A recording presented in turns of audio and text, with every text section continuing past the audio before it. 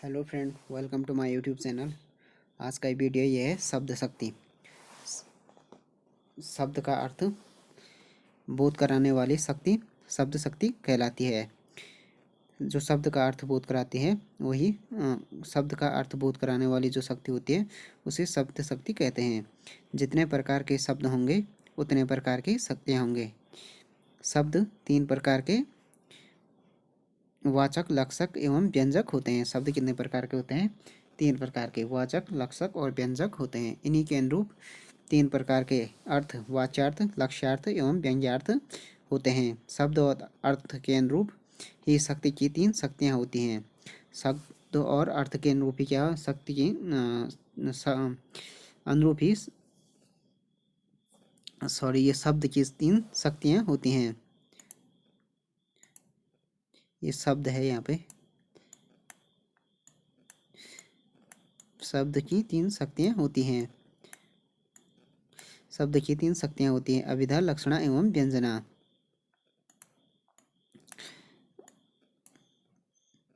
शब्द, अर्थ, शक्ति। शब्द की तीन शक्तियाँ हो गए अभिधा, लक्षण एवं व्यंजना। ये हो गया वाचक। अभिधेय को अर्थ हो गया वाच्यार्थ या मुख्यार्थ। शक्ति हो गया अभिधा, लक्ष्यार्थ लक्ष्य या लाक्षणिक लक्ष्यार्थ, और शक्ति हो गया लक्षणा। व्यंजक शब्द की हो गया व्यंग्यार्थ, व्यंजनार्थ या व्यंजना इसकी शक्ति हो गया। वाच्यार्थ क्या होता है? कथित होता है। लक्ष्यार्थ लक्षित होता है और व्यंग्यार्थ व्यंजित, ध्वनित, सूचित या परिचित या प्रतीत होता है। शब्द में अर्थ तीन प्रकार से आता है। अर्थ के जो तीन स्रोत हैं उन्हीं के आधार पर शब्द की शक्तियों का नामांकन किया जाता है। शब्द के प्रकार फर्स्ट हो गया। शब्द के प्रक्रिया के आधार पर शब्द शक्ति तीन प्रकार के होते हैं। अभिधा, लिटरल सेंस ऑफ वर्ल्ड। लक्षणा हो गया figurative sense of a world. व्यंजना हो गया suggestive sense of a world.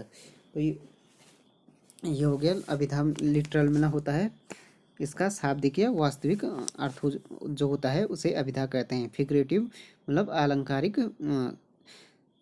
अलंकारिक जो होता है उसमें लक्षणा होता है। फिगरेटिव लक्षणा से संबंधित या अलंकारिक हो गया। जिसका व्यंजना मतलब जिसका इन दोनों से कुछ हटके मीनिंग होता है उसे व्यंजना कहते हैं। शब्द की तीसरी शक्ति होगी व्यंजना। अभिधा शब्द की जिस शक्ति से उसके सांकेतिक प्रसिद्ध अर्थ का बोध हो उसे अभिधा कहते हैं। दूसरे शब्दों में नामवाची अर्थ को बतलाने वाला शक्ति को अभिधा कहते हैं। चार प्रकार के शब्द होते हैं: जातिवाचक, गुणवाचक, द्रव्यवाचक और क्रियावाचक। ये अभिधा में हो गया लिटरल में वास्तविक मीनिंग जिसमें आती है उसे अभिधा कहते हैं। राम घर जा रहा है, तो मतलब इसका जो है कि श्योर है कि राम घर जा रहा है। सीता दौड़ रही है, सीता दौड़ी, इसका एक ही अर्थ है कि सीता दौड़ी है। तो जिसका वास्तविक अर्थ है तो उसे अभिधा कहते हैं। कुल मिलाकर जो वास्तविक अर्थ आता है किसी का तो उसे अभिधा कहते हैं। Literal meaning. अभिधा के प्रकार। अभिधा शक्ति द्वारा तीन प्रकार के शब्द का अर्थ बोध होता है: रूढ़, योजिक और योग रूढ़। रूढ़ हो गए रूढ़ ऐसे शब्द हैं जिनकी व्युत्पत्ति नहीं की जा सकती है, जैसे पेड़, घर आदि। तो ये इसकी व्युत्पत्ति नहीं की जा सकती है। ये दूसरा हो गया योजिक। योजिक वे शब्द हैं जिनकी व्युत्पत्ति हो सकती है। इसका अर्थ उनके अवयवों से ज्ञात होता है, जैसे भूपति, भू प्लस पति अर्थात भूमि का स्वामी। विद्यालय, विद्याधन आलय। इसमें हो गया इसमें हो गया विद्या का घर। तीसरा हो गया योग रूढ़। ऐसे शब्द जो साधारण अर्थ को छोड़ विशेष अर्थ ग्रहण करते हैं उसे योग रूढ़ कहते हैं, जैसे जलज, जल प्लस जल में उत्पन्न होने वाला। पर रूढ़ि के आधार पर इसका अर्थ कमल है। जैसे नीलकंठ शिव को कहा जाता है, नीला है कंठ जिसका, शिव को कहा जाता है। तो रूढ़ में व्युत्पत्ति नहीं होती है, योजिक में होता है व्युत्पत्ति होती है। इसके अर्थ अवयवों से ज्ञात होता है, जैसे भूपति हो गया। योग रूढ़ में कुछ तीसरा अर्थ होता है, साधारण अर्थ को छोड़कर कुछ विशेष अर्थ ज्ञात होता है इसमें योग रूढ़ में। उसके बाद हो गया लक्षणा। लक्षणा में ही हो गया कि अभिधा के असमर्थ हो जाने पर जिस शक्ति के माध्यम से शब्द का अर्थबोध हो उसे लक्षणा कहते हैं। लक्षणा की 3 शर्तें हैं।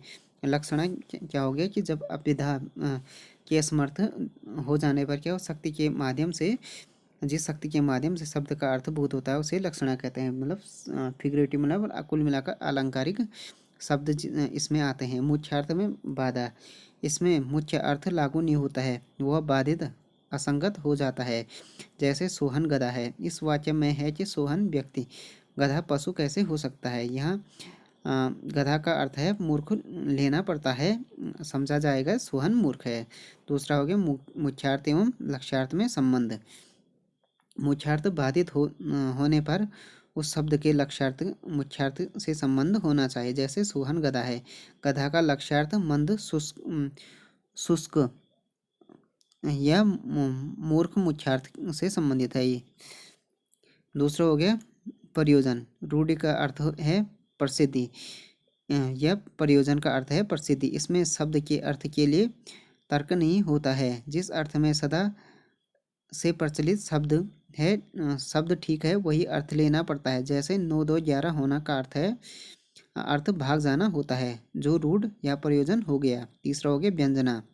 जब अभिधा एवं लक्षणा शक्तियाँ अर्थ व्यक्त करने में असमर्थ हो जाते हैं तब व्यंजना शक्ति काव्य के गूढ़ अर्थ को प्रकट करती है। जैसे संध्या हो गई है, इसका अभिधा से प्राप्त अर्थ है सूर्यास्त हो गया है, परंतु वक्ता और श्रोता के अनुसार इसके कई अर्थ हो सकते हैं।